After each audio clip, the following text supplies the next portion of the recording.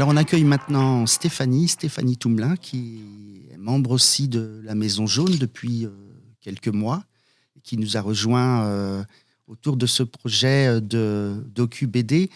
Stéphanie, quelque chose me dit que tu es tombée dans le monde du foot, et notamment dans celui du FC Nantes, très petite. Tu peux nous expliquer un petit peu ? Oui, bonjour Bruno. Oui, effectivement, mon histoire avec le FC Nantes est quasiment depuis ma naissance, puisque mon père était un grand fan du FC Nantes, est devenu bien plus tard président du FC Nantes. Donc effectivement, j'ai connu le FC Nantes depuis toujours, à la fois comme spectatrice, comme vous tous, mais bien sûr de plus en plus de l'intérieur, avec beaucoup de ceux qui sont dans cette BD, notamment Jean-Claude Swodo, qui est mon deuxième papa, et puis bien sûr plein de joueurs qui sont passés au FC Nantes et que j'ai connus de manière personnelle.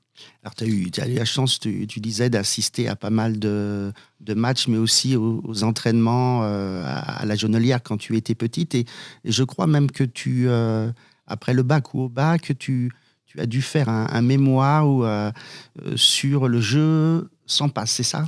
Le jeu sans ballon, oui, le jeu sans effectivement. Ballon. Sans passe, ça va être difficile. J'ai eu la grande chance d'être éduquée au football par le grand Coco Swodo. Donc bien sûr, le jeu à la nantaise fait partie de ma connaissance du football. C'est comme ça que je vois le football. Alors pas aussi bien que lui, malheureusement. Oui, c'est une anecdote assez drôle, puisqu'à l'époque, on avait une épreuve écrite également au bac. Et donc j'avais choisi de faire tout un scénario, effectivement, et des planches. Alors, pas de BD, mais sur le jeu sans ballon, qui avait beaucoup impressionné mon prof, qui m'a dit « Mais tu tiens ça d'où ?» J'ai dit « Écoutez, j'ai adapté au handball, puisque moi je faisais du handball, les techniques que j'ai vues faire par Jean-Claude Swodo à la Beaujoire, à la Jonelière, sur le jeu sans ballon. » Donc oui, j'ai eu la chance certainement rare d'avoir des discussions de football, de tactique de football, avec le grand maître, enfin celui qui est mon grand maître. Et Dieu sait si le grand maître n'est pas toujours facile d'accès. Pas toujours, mais bon, moi je l'ai toujours connu autrement que au travers de ses réactions avec les journalistes notamment, mais je l'ai connu bien sûr personnellement, donc oui, il était passionnant. Bon, j'ai aussi souvent c'était des discussions que j'avais souvent avec mon père en disant que finalement la fan de foot de la famille, c'était moi. Alors lui, il est grand fan, il était bien sûr fan du FC Nantes, il aimait le foot bien sûr, mais il aimait d'abord le FC Nantes. Moi, j'adore le foot, j'en regarde encore de manière excessive sans doute. 4-5 matchs par semaine. Oui, 4-5 matchs par semaine, dont le plus important, celui de mon fils, qui joue toujours et qui joue depuis très longtemps également au foot. Oui, donc oui, pour ces raisons-là, oui, j'ai baigné dans le football. Et le foot occupe donc une place encore importante dans ta vie. Une place très importante. Je suis une vraie passionnée de foot. Trésorière du club de Don Bosco, hein, c'est bien ça. C'est ça, tout à fait. Alors ça, c'est une activité annexe, on va dire. Là aussi, je suis un peu tombée dedans. Ça m'a rattrapée puisque je suis commissaire aux comptes. Donc le métier et le football m'a rattrapée. C'est pas forcément ce que je préfère faire, hein, la trésorerie. Mais par contre, j'adore regarder les matchs maintenant des seniors de Don Bosco, ça m'amuse bien. Alors la Maison Jaune, il y a quelques mois, tu connaissais peut-être pas. Alors, qu'est-ce qui t'a donné envie de rejoindre l'équipe et puis de participer à ce projet ? Alors déjà, je ne suis pas la caution féminine de la BD, même si je me rends compte que je suis la seule femme. Effectivement, Bruno, tu m'as demandé si ça pouvait m'intéresser de participer à cette aventure. J'aime beaucoup faire des choses différentes, rencontrer des gens différents. C'est d'ailleurs ce que le football m'a souvent permis de faire, de rencontrer des gens d'horizons complètement différents et de mon environnement familial et de mon environnement professionnel. Donc là, une fois de plus, c'est encore le football qui m'a permis de vivre une expérience extrêmement intéressante. Parce que je ne suis pas du tout une connaisseuse du FC Nantes comme vous tous. J'ai trouvé ça incroyable de rencontrer des gens qui connaissaient tant de choses. Alors, effectivement, Richard disait tout à l'heure, ah oui, moi je me souvenais qu'il avait les cheveux longs, il avait les cheveux courts. Enfin, c'est incroyable. Moi, je me souviens à peine du résultat du match. Et pourtant, je pense que j'avais de la mémoire, mais là, j'ai été bluffée. Donc, c'était passionnant de rencontrer cette passion des gens et un environnement, alors que je ne connais absolument pas, parce que mon niveau dessin a dû s'arrêter en CP, je pense. Donc, de l'édition, de la BD. C'était vraiment très intéressant et beaucoup, je crois que ça s'est bien vu dans les différents entretiens que tu as pu faire avant moi. Justement, cette dichotomie entre, à un moment, une passion débordante qui partait dans tous les sens et le pauvre Richard et le pauvre Olivier qui était à un moment obligé de cadrer les choses, voire de brider un certain nombre de personnes, mais qui l'ont toujours fait de manière extrêmement diplomatique. Et ça, c'était intéressant. Honnêtement, je trouve que c'est un challenge incroyable que la BD sorte au mois de novembre. Pour être complètement honnête, quand on a commencé, je pensais que si elle sortait dans 2 ans, c'était déjà beau. Pour rappel, oui, l'équipe s'est, je crois, retrouvée la première fois au mois de janvier. Et donc, ça a été le temps d'une gestation, 9 mois. Et vraiment, quand on sortait des premières réunions, alors j'ai malheureusement pas pu assister à toutes les réunions, mais on se disait, mais c'est pas possible, avec toutes les idées des uns et des autres, comment ils vont faire pour faire quelque chose de concis, et surtout en novembre, avec bien sûr les délais de dessin, d'édition.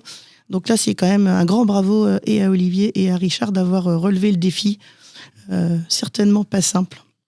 Toi qui as été au cœur, même si tu dis que tu n'as pas la passion, la connaissance de ce que certains ont parmi le groupe, toi qui étais quand même au cœur de la vie du FC Nantes, parce qu'avec ton papa qui a fait, je crois, plus de 45 ans dans le club, donc un certain nombre d'années comme président, j'imagine que les discussions à table, et je ne parle pas des soirées avec les joueurs, etc., tu as dû en bouffer du FC Nantes. Ouais. Ah oui, ça c'est sûr que j'ai vécu beaucoup FC Nantes, alors aussi par passion, hein, c'est vrai que je l'ai aussi cherché, ce n'était pas que subi, mais j'espère que c'est ce que j'ai pu apporter effectivement dans le projet, c'est-à-dire peut-être une vision un peu différente, parce que je n'ai pas la connaissance, je dirais, institutionnelle et de l'histoire du FC Nantes, je la connais bien, mais pas autant que vous. Par contre, oui, sans doute que j'avais peut-être quelques anecdotes à raconter, peut-être aussi quelques photos personnelles qui ont pu être utilisées dans la BD. Donc ça, c'était le rôle que je me donnais. J'avais pas plus d'ambition que celle-là au regard des passionnés et des connaisseurs que j'avais autour de moi. Alors, il y a d'ailleurs dans le docu BD un petit chapitre qui est consacré à ton papa, Jean-René, qu'on surnommait l'ami des joueurs, ou le président copain, je ne sais plus comment. Oui, les deux lui vont très bien. Oui, c'était un. Il aimait les joueurs du FC Nantes, les hommes du FC Nantes, et les femmes d'ailleurs, avant d'aimer le football. Ça, c'est certain. Il n'aurait jamais fait cette aventure ailleurs, ça c'est sûr, même si après il s'est pris un peu au jeu, c'est certainement, mais oui, c'était d'abord un amoureux des joueurs. Bon, parfois ça a pu lui être reproché, c'est certainement un président à l'ancienne. Je crois qu'aujourd'hui, dans le monde dans le football actuel, il serait complètement il serait plus à sa place dans le foot moderne.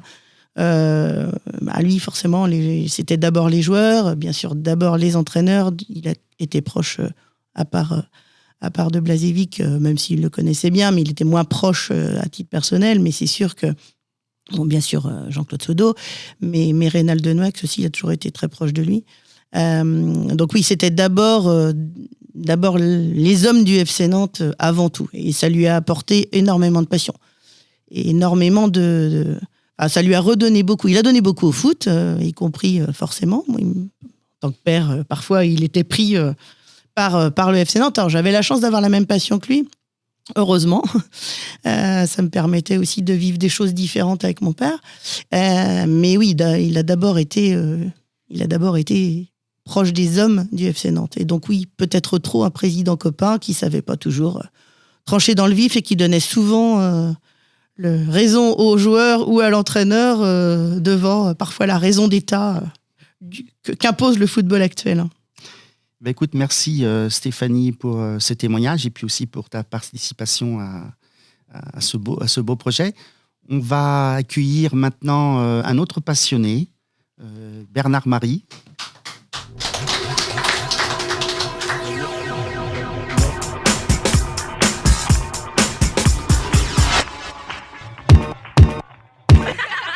Yeah.